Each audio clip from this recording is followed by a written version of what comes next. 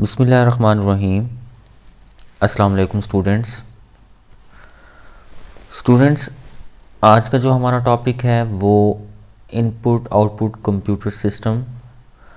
तो आज के लेक्चर के जो हमारे पास कंटेंट्स हैं कि हमने इसमें क्या क्या पढ़ना है, उसमें इनपुट आउटपुट यूनिट आ जाता है। ये हम चैप्टर नंबर 1 में भी डिस्कस कर चुके हैं। तो यहाँ पर हम क्यों पढ़ रहे हैं, क्या वजह है, इसकी क्या रिस्पॉन्सिबिलिटीज़ हैं, वो हम देखेंगे कि डाटा कैसे ट्रांसफ़र होता है। क्योंकि हमारा जो चैप्टर है वो कंप्यूटर आर्किटेक्चर है, सारा स्ट्रक्चर हमने डिस्कस करना है इस चैप्टर में।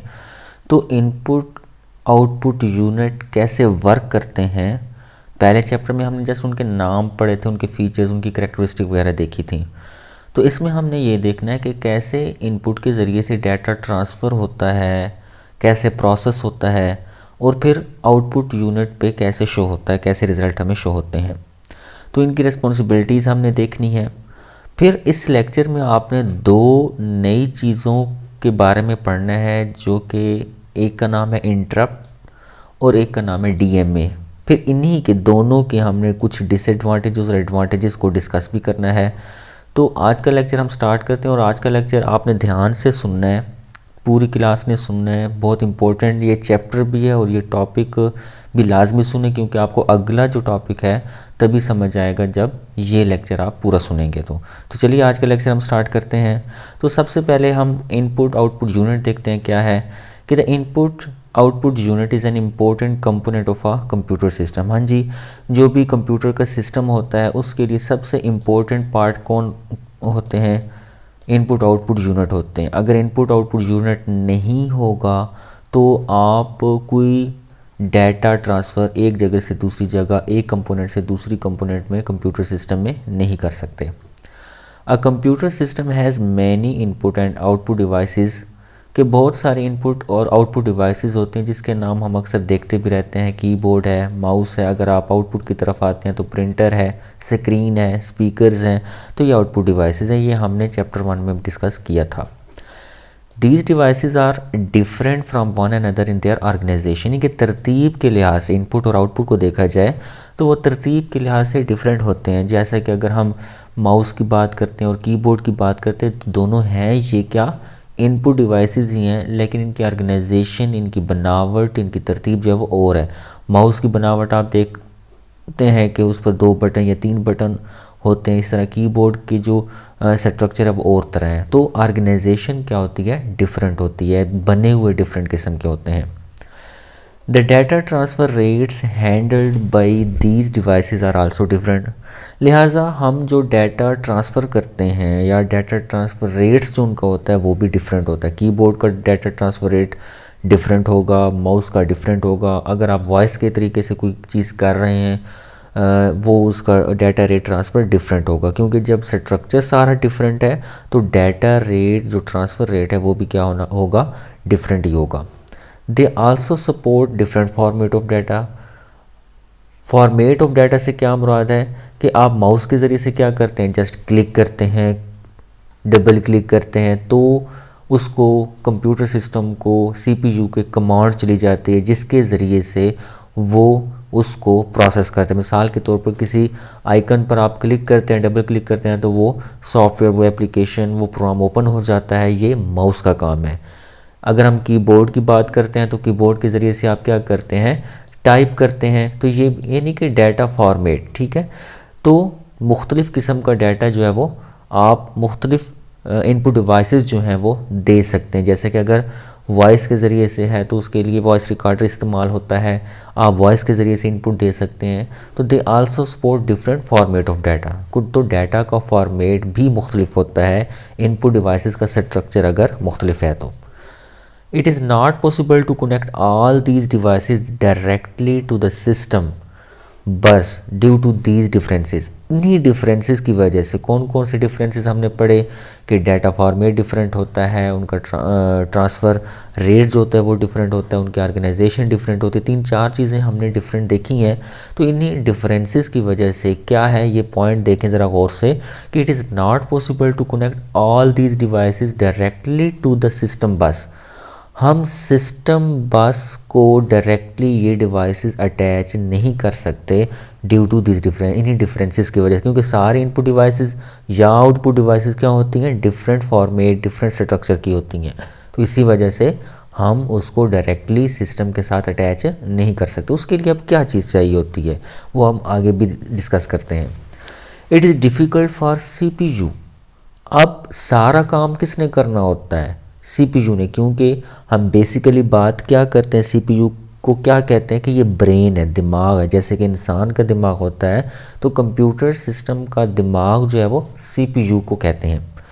तो अगर हम सारे की सारे डिवाइसेस कनेक्ट कर देते हैं तो क्या होता है, CPU के लिए मुश्किल हो जाता है to control these devices directly as it can waste a lot of CPU time. अब आप ख़ुद सोचें कि एक इंसान को अगर सामने रखें, एक इंसान को एक ही वक्त में ज़्यादा काम दे दिए जाएं तो वो क्या करेगा। तो बिल्कुल ये तो नामुमकिन है कि एक ही वक्त में सारे काम हो जाएं, उस पर कुछ वक्त लगता है। ये भी नहीं हो सकता कि एक बंदा जो है वो बेशक वो घंटा 2 घंटा चारों काम पर इकट्ठे लगा ले, इकट्ठे काम नहीं होते, 1 बाय 1 होते हैं। तो बिल्कुल बच्चे यही सेम कंसेप्ट आपने रखना है CPU के बारे में, क्योंकि ये भी एक ब्रेन है, ठीक है। तो CPU को भी जब हम कोई चीज़ देते हैं, इनपुट देते हैं, तो उसने भी क्या करना होता है, उसने एक प्रोसेस करने होते हैं बारी बारी, एक वक्त में वो नहीं कर सकते। तो ये पॉइंट ज़रा दोबारा देखें कि it is difficult for CPU to control these devices directly as it can waste a lot of CPU time. कि डायरेक्टली हम इन डिवाइसेस को कनेक्ट करेंगे तो ये CPU के लिए मुश्किल हो जाएगा उसको मैनेज करना, उसको समझ नहीं लगेगी कि मैंने पहले किसको परफॉर्म करना है किसको नहीं। तो इस वजह से CPU का जो टाइम होता है, यानी कि उसमें जो प्रोसेसिंग करनी होती है वो वेस्ट हो जाती है। Suppose a CPU waits for the completion of input output operation. सीधी सी और बहुत आसान सी एग्जांपल लिखी हुई है कि CPU क्या करेगा, इंतज़ार करेगा किसका, the completion of N input output operation, कि जो आपने इनपुट डाटा दिया है अभी वो उस पर काम कर रहा होगा, अभी उस पर वो काम कर रहा होगा, for the completion of N input output operation, कि आपने जो CPU को काम दिया है तो वो क्या करेगा, इनपुट आउटपुट ऑपरेशन के लिए वो वेट करेगा। It can not perform any other task during this time. जब इनपुट आउटपुट वाला काम आप कर रहे होते हैं तो इस दौरान कोई और CPU टास्क नहीं कर सकता। It can not perform any other task during this time. तो इस टाइम के इनके इनपुट आउटपुट ऑपरेशन के दौरान CPU कोई दूसरा काम नहीं कर सकता। अगर करता है it affect the overall performance of computer. तो ओवरऑल इसकी जो परफॉर्मेंस होती है कंप्यूटर की वो डाउन हो जाती है, वो स्लो हो जाती है। अक्सर आप देखते हैं ना कि अगर आप बहुत सारे सॉफ्टवेयर इकट्ठे चला दें, बहुत सारे प्रोग्राम इकट्ठे चला दें, ठीक है, तो होता क्या है कि CPU डाउन हो जाता है, वो प्रोसेस स्लो हो जाता है, परफॉर्मेंस उसकी लो हो जाती है। A special hardware component input output devices, it carries out input output task without involving CPU directly. तो इनपुट आउटपुट डिवाइसेस क्या करती हैं कि जो इनपुट आउटपुट यूनिट होता है वो किस से कनेक्टेड होता है, बस से कनेक्टेड होता है। इससे पिछला लेक्चर हमने बस पर भी डिटेल से किया है कि बस एक बात है। अब डाटा बस के बारे में हमने बात की थी, एड्रेस बस के बारे में, कंट्रोल बस के बारे में हमने बात की थी। तो जो इनपुट आउटपुट यूनिट होता है, ठीक है, एक यूनिट यानी कि CPU के अंदर एक ख़ास यूनिट होता है, फिर वही यूनिट इनपुट आउटपुट वाला यूनिट किसके साथ कनेक्टेड होगा, बस के साथ कनेक्टेड होगा। The processor and all other devices are connected to the input output unit. क्योंकि अगर कंप्यूटर सिस्टम में इनपुट आउटपुट यूनिट मौजूद है तभी कंप्यूटर सिस्टम जो है वो प्रॉपरली काम कर सकता है। द प्रोसेसर के जो प्रोसेसर होते हैं या दूसरी डिवाइसेस होती हैं वो किसके साथ कनेक्टेड होती हैं, इनपुट आउटपुट यूनिट के साथ। अब ये एक डायग्राम है कंप्यूटर सिस्टम यानी कि कैसे काम करता है। ये दरमियान में क्या है, सारा CPU है, ठीक है, इसी में जो है वो इंफॉर्मेशंस, डाटा, मेमोरीज होती हैं। अब यहाँ हमारे पास क्या होता है, इनपुट डिवाइसेस होती हैं, यहाँ हमारे पास आउटपुट डिवाइसेस होती हैं। तो इनपुट जब हम देते हैं कीबोर्ड के ज़रिए से, माउस के ज़रिए से, या कोई दूसरी इनपुट डिवाइसेस हो सकती हैं, तो उसके ज़रिए से हम इनपुट डालते हैं सीपीयू में। सीपीयू क्या करता है, उस डाटा पे प्रोसेस करता है। सीपीयू देखता है मेमोरी, उसका ताल्लुक़ होता है। फिर सारा प्रोसेस करने के बाद आउटपुट जो है वो मॉनिटर या प्रिंटर, स्पीकर या दूसरी जो भी आउटपुट डिवाइसेस होते हैं उसके ज़रिए से दिखाता है। तो जो हमारे पास स्ट्रक्चर होता है सीपीयू के अंदर, इनपुट आउटपुट यूनिट जिसको हम कहते हैं, उसकी क्या रिस्पॉन्सिबिलिटीज़ हैं, उसकी क्या जिम्मेदारियाँ हैं। Number 1, it monitor the status of different devices attach to it, कि कंप्यूटर सिस्टम के साथ कौन कौन सी डिवाइसेस अटैच की गई हैं, उसका क्या स्टेट्स है, उसका क्या स्टेटस है। ठीक है, अगर आउटपुट डिवाइसेस भी हैं तो भी उसका क्या स्टेटस है, तो वो सारा उसको मैनेज करता है। Number 2, it manages the speed difference between the processor and input output devices, कि जो प्रोसेसर होते हैं और जो इनपुट डिवाइसेस होते हैं उसकी स्पीड डिफरेंस को भी प्रेफर देते हैं, उसको डिफरेंशिएट करते हैं।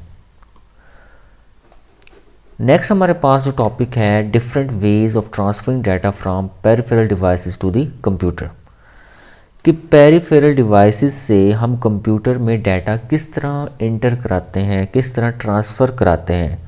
स्टूडेंट्स, पेरिफेरल डिवाइसेस को हम पहले भी डिस्कस कर चुके हैं, जैसे कि इनपुट डिवाइसेस हैं, हमारे पास कीबोर्ड है, हमारे पास माउस है, ये हमारे पास पेरिफेरल डिवाइसेस हैं। मैंने सिंपली आपको ये कहा था कि जो हम plug in plug out easily कर सकते हैं वो हमारे पास पेरिफेरल डिवाइसेस हैं। अब different peripheral devices are used to transfer data to computer, के बहुत सारी पेरिफेरल डिवाइसेस जो हैं वो इस्तेमाल की जाती हैं कंप्यूटर में डाटा को ट्रांसफ़र करने के लिए।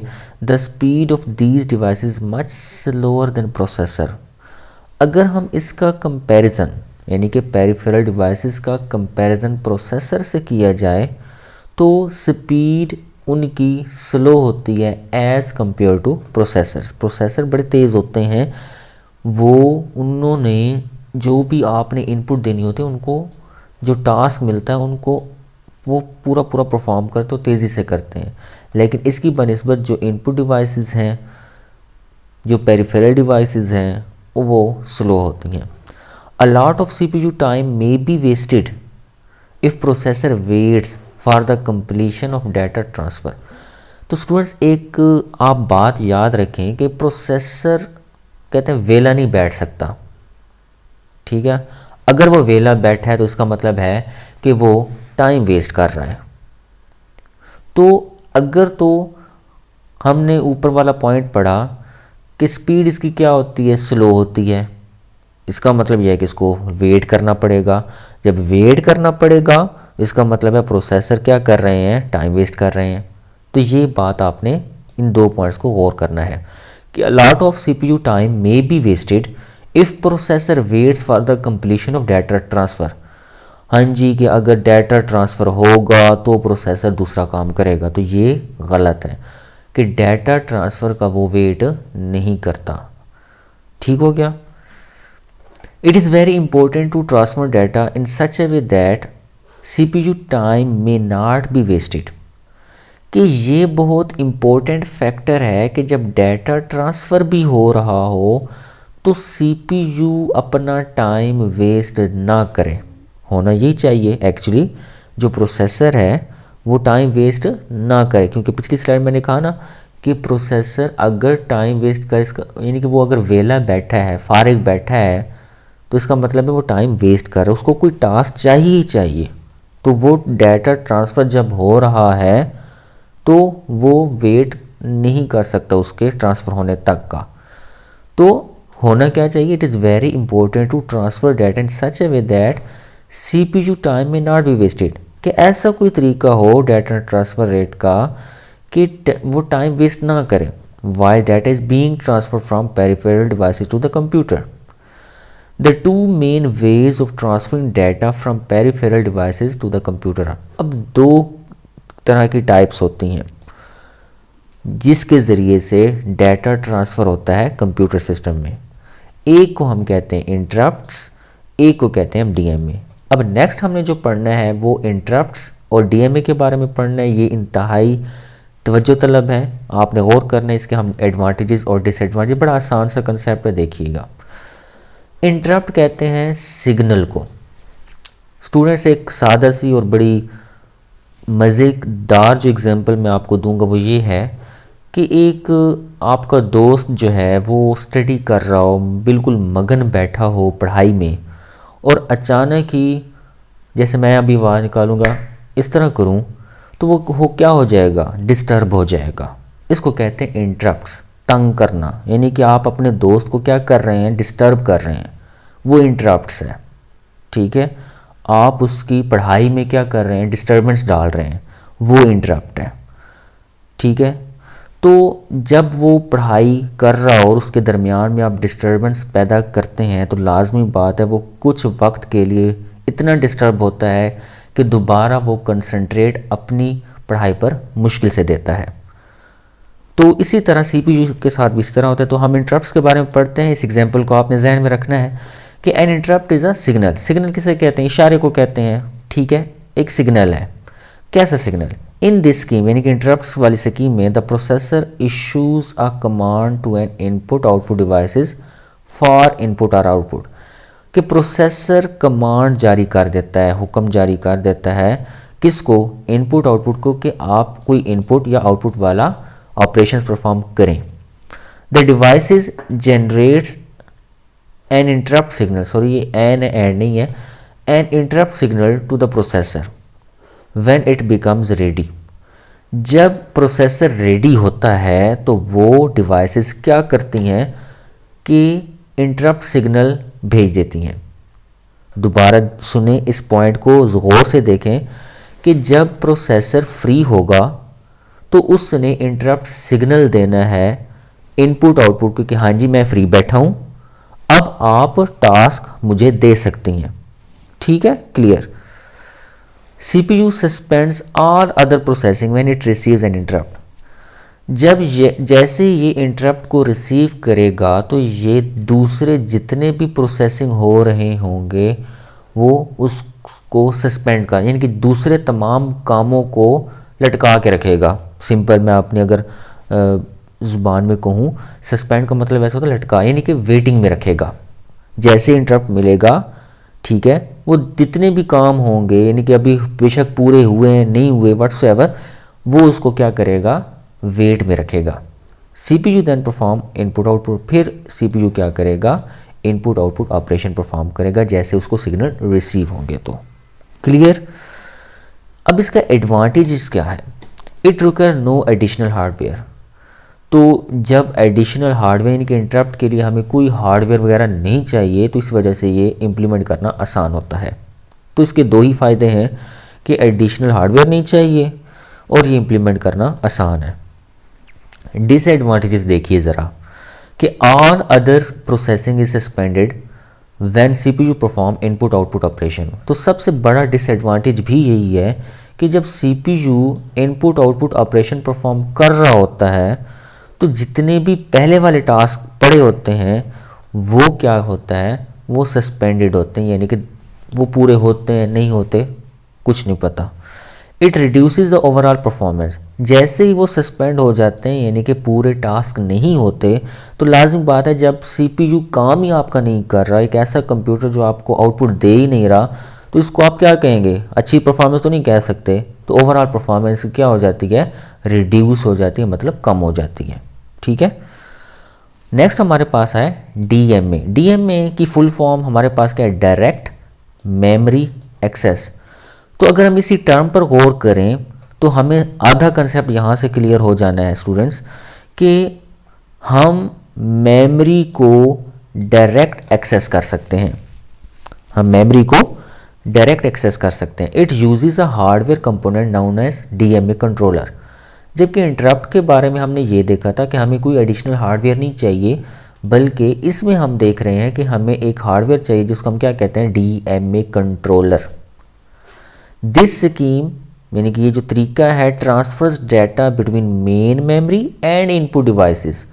तो ये यहाँ पर बहुत पॉइंट वाली बात है स्टूडेंट्स कि इसमें जो ताल्लुक़ होता है किस किस का होता है, मेन मेमोरी का और इनपुट आउटपुट का, बस इसके दरमियान में और कोई चीज़ नहीं होती without using CPU.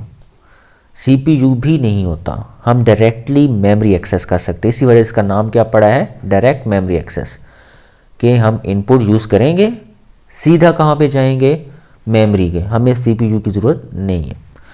The processor issues input output command when data transfer is required. तो यहाँ पर ये क्या है कि जब भी हमने डाटा ट्रांसफ़र करना होगा, जब ज़रूरत पेश आएगी कि हमने डाटा ट्रांसफ़र अब करना है, तो प्रोसेसर ने क्या बता देना है, इनपुट आउटपुट कमांड इशू कर देनी है जब डाटा ट्रांसफ़र हमें रिक्वायर्ड होगा कि हमने हाँ जी भेजना है अब। It can perform other processing after issuing the command. अब ये कमांड प्रोसेसर इशू कर देता है तो ये दूसरे काम भी कर सकते हैं, जबकि पीछे हमने इंटरप्ट में क्या पढ़ा था, वो सस्पेंड कर देता है, लटका के रखता है काम। The data is transfer between main memory and input device, ये भी हम पहले पॉइंट डिस्कस कर चुके हैं। The input unit, the input output unit issues a signal to CPU. अब इनपुट आउटपुट जो यूनिट है इसने क्या करना है, सिग्नल देना है किसको, सीपीयू को। When data transfer is complete, हाँ जी डाटा ट्रांसफ़र अब कंप्लीट हो चुका है, डाटा पहुंच गया है, डाटा मुकम्मल हो चुका है, फिर इनपुट यूनिट ने क्या करना है, सीपीयू को सिग्नल पहुंचा देने कि हाँ जी डाटा इज़ ट्रांसफर्ड सक्सेसफुली। तो स्टूडेंट्स डीएमए कंट्रोलर यानी कि पेरिफेरल डिवाइसेस ये डायरेक्टली एक्सेस करता है इसके साथ मेमोरी के साथ, यानी कि हम मेमोरी को डीएमए कंट्रोलर के ज़रिए से डायरेक्टली मेमोरी को एक्सेस कर सकते हैं।